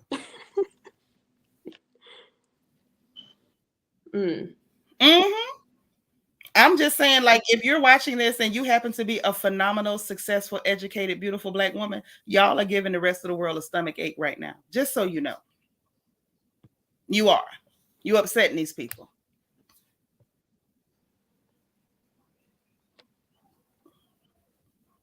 And God forbid you confident and you don't take no mess. Like, honestly, like, if you really God forbid you confident and you don't take no mess. Like, when you really take a step back and watch, like, the Black women that are the most confident, most self-assured, Andy really gets so serious. I'm like, whoa, what is this? Because he's like, why don't you just, you know, stay in your place? Right. That's why he wants them to always be making sexual jokes and saying things that are beneath them. Like, you know, bring yourself down. Yes. I forgot what question it was during, I don't know if it was during a Watch What Happened Live or a reunion. Was it? I don't know if it was Kenya or someone, but or maybe it was Marlo. And they didn't want to answer or play into like the sexual innuendo or whatever question was going around. And Andy was just like so annoyed by that. It was like, what? Like, why would this grown woman want to act like that on national TV? Oh, yes. Because, you know, you're too dignified. Why are you so dignified? I keep telling y'all, like, I know a lot of times when I say stuff, y'all be thinking I'm crazy, but I'm telling you what I see. I'm telling you what I see. They are on a mission to take down Wendy because it's bigger than Wendy. Them taking down Wendy is trying to bring all of us down a notch or two. Because when you think about it, like, this is about bringing every last one of us down, and not. Because it's very interesting how during the, well, I think it was Monique's last season at the reunion where there were these rumors of Gizelle like blowing up and her getting Bravo to take those clips out of the reunion. Now that I think about Wendy being Oh assaulted yeah, by because they said she Mia, screamed and was dropping the F-bomb and all that. yeah, like now that I think about the whole Wendy situation, they could have blacked the screen out. They didn't have to put that on TV. You know, like all the things that this woman has to lose. It wasn't like Wendy was the one who initiated that. So it really gets dark when you really think about Not it. only did she And it's not just like, initiate what? it, not only did she not initiate, not only did she not initiate, she did not even reciprocate. She did not physically swing back at that large Hispanic gentleman. She didn't throw anything at the large Hispanic gentleman. She did not reciprocate in any way other than to verbally blast her for physically assaulting her. Now that's all she did. But they would, I'm telling y'all, this is the takedown to end all takedowns. They want her brought down.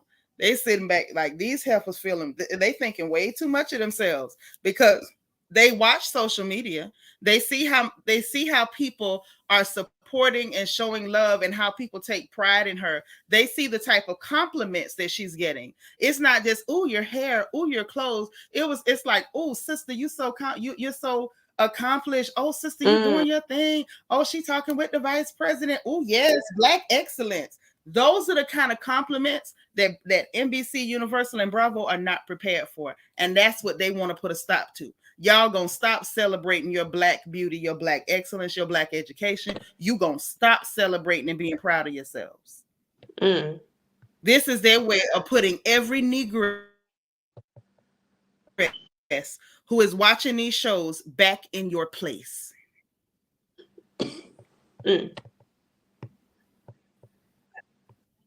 This is bigger than just that. I've said this so many times before. I watch these shows not so much for entertainment, but for social commentary, because I see what you're doing and I understand why you're doing it. You're not here to entertain us. You're here to use us for ratings so that you can sell advertising spots. Yeah. So you can make money to line your pockets. But meanwhile, while you're doing so, you still cannot get over your own large ball of white supremacy in your gut. It is irritating you to watch Black women be that proud of themselves. It is irking you. And I'm sorry, I need her to win at all costs. I don't ever want anything that is damaging to the collective to take place and we were all sitting by and watching it happen. That's low-key why I really can't get into Married to Medicine. Yep, because they have essentially drugged those ladies to the gutter, and you have educated Black women, and nobody's focused on all of their accomplishments and all of their talents. They're more, focused on the fact that they're there bullying a girl with big gums who's marrying somebody's ex. Like, think about it. You got doctors, a dentist. You got these Black doctors, men who are married to lovely Black women. And don't you focus on that. As long as Mariah's vision was in place, it was actually aspirational. There's nothing aspirational now about Married to Medicare. Nothing. That's what this is all about. When Atlanta started, it was cool. It was aspirational. You saw people who looked like you who were doing some cool stuff. And it was like, people had their chin in the air a little too much. And so now let's talk about sex toys. Let's talk about whoring around. Let's make it all about who's going to pretend to be a lesbian this season. Let's make it about lying and saying somebody slept with a stripper. Let's really drag them to the gutter, because God forbid you have some dignity about yourself.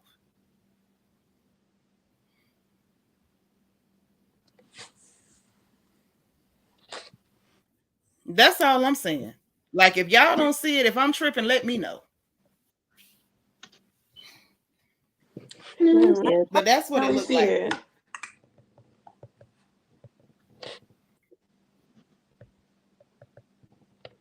Because it's like, even when you think about That's why they were so desperate to bring in a Nneka. Let's bring in right. Nneka. She'll be willing to come in and help us take down this Negro that represents everything that we do not want these heifers beating their chest about. If Wendy was high yellow with all those accolades, baby, they would have put her on a pedestal and carved her bust out of marble. But the fact that she happens to be not only a black woman, but a beautifully dark black woman with a dark husband and beautiful little dark perfect babies. Her sister is a perfectly beautiful dark doctor. Like, everybody is just so just the perfect picture of blackness. That is what's vexing these people.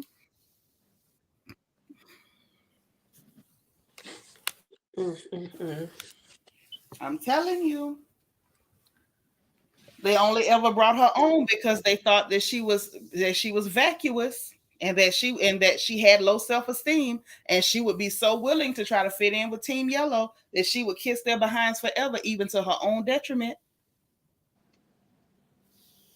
And once she kind of wised up, the minute they tried to attack her and they thought, okay, she'll just let them attack her and beat on her and pick on her and attack her family, she'll just keep kissing up. When she didn't, it was the worst thing they ever saw. They didn't know what to do. They still don't know what to do. It's been 3 years straight, and they're still trying to take her down. If they don't get it done this season, next season, I believe they'll accuse her of human trafficking or cannibalism or something. Or maybe they'll go tell people she's a Rougarou or a Wendigo or something. I saw her on the full moon. She grew fat. She grew fur and claws, and she howled at the moon. How do you explain that, Wendy? Yeah.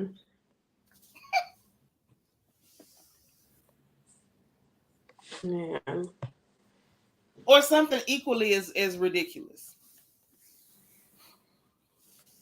Something equally as ridiculous, I'm sure. I done caught the yawns, people. Well, that means it's time to go. It's time to get up off of here. But listen, it's been 3 hours, and Kai, last year sometimes y'all kept me 4, 5, and 6 hours. This is a good time to end it. Yep. No, see, I didn't even know it was 3 hours. I was like, maybe an hour and a half. Okay. No, it's been 3 hours. Yep. That means it's time to go. That's exactly what that means. Sweet Lord. Alrighty. Well, look, I appreciate y'all coming to hang with me. This was so cozy. I love it. Yeah. I know, trading conspiracy theories and whatnot. Listen, when I say I enjoyed myself immensely. I left from the living room by the fireplace. I have gone into my room. I have gotten like y'all don't know. This is how we need to end after watching such a traumatic episode, because their behavior to me is becoming very traumatic. It's becoming very traumatic. Like, I can't continue to engage if they keep going. Like, I'm gonna give them another episode or so to see if they can pivot, because it looks like next episode they're gonna be in Texas or whatever, and we get to see why Robyn was sitting on the curb by the road, because that was funny. I want to know. I've got. Yeah, I gotta see her. I gotta see why she's on the curb by the road in them mom jeans. I have got to. So I'm gonna see if they can pivot. We're gonna see if they can pivot away from this, because if they keep on with the xenophobia and the attacks and stereotypes, I mean, honestly, I'm sorry, but I'm not sorry. I can't hang with that. Like, that's too outside of my sensibility. Like, there's certain stuff I cannot support. And y'all know, once I decide I can't support, I mean it. How many people have came in here to ask me about covering merit to Medicare? Y'all know, when I don't do people, I don't do them. Well, yes, thank you as guys y'all for know. helping me take my braids down. I'm gonna head Oh, you out. said the braids You got down? all your braids still Yep. out? I'm sorry? Oh man. Yeah, no, I was I said taking I my didn't know you hair were down. taking your braids down, girl. Yep. Man. Mm-hmm. Well, all right, ladies. Y'all got any final words for the people before we jump down? No, we'll see what we'll be testing about next week. Yep. I may just come off of clips from next week, but we'll see. We'll see how it does as background noise. But Yeah, we're gonna see what's cracking, honey. Because listen, from the crying in the sprinter to sitting on the curb, I think we got comedy next week. I think we got comedy. Man. So I'm for it. Well, all right, ladies, y'all get some rest. Lauren, go ahead and wash your Yeah. hair or put it up or whatever Yes, you're gonna yes, do tonight. yes. Down. Yeah. And Kai, I appreciate you as always because I know you got you on RHOP. Yeah. Thank you. Absolutely. Well, all right, ladies. All right, folks in the chat. I appreciate my girls. And those of you who are watching, if you guys have not hit the like button on the way in, make sure that y'all hit that bad boy on the way out. Hit your notification bell. Make sure that you click all so you will know every single time we go live over here on this good port. Also, subscribe if you haven't subscribed, or if you think you subscribed, double check and make sure they didn't take it back because we want y'all subscribed, okay? And if you want to if you want to join and put your crown by your name, honey, the join button is beneath the video. And the membership link is in the description box along with my Amazon wish list if you want to send goodies, and the Amazon storefront if you want to shop with everyone else for your Christmas deco and home deco needs and all that good stuff, okay? Also, if you are a royal family member, we will be having a family meeting, most likely tomorrow, Tuesday at the latest, so we can discuss Secret Santa. Yes, it's almost Secret Santa time, honey. Y'all know we got a Christmas party coming up, and it is going. Your dreams, say your prayers, and remember, if no one else says it to you, God loves you, I love you, and it ain't nothing, and I do mean nothing, you can do about it. I'm going to talk to y'all later, okay? Good night. And again, happy birthday to the beautiful Bianca Edward. All right. Bye, y'all. Talk to you later.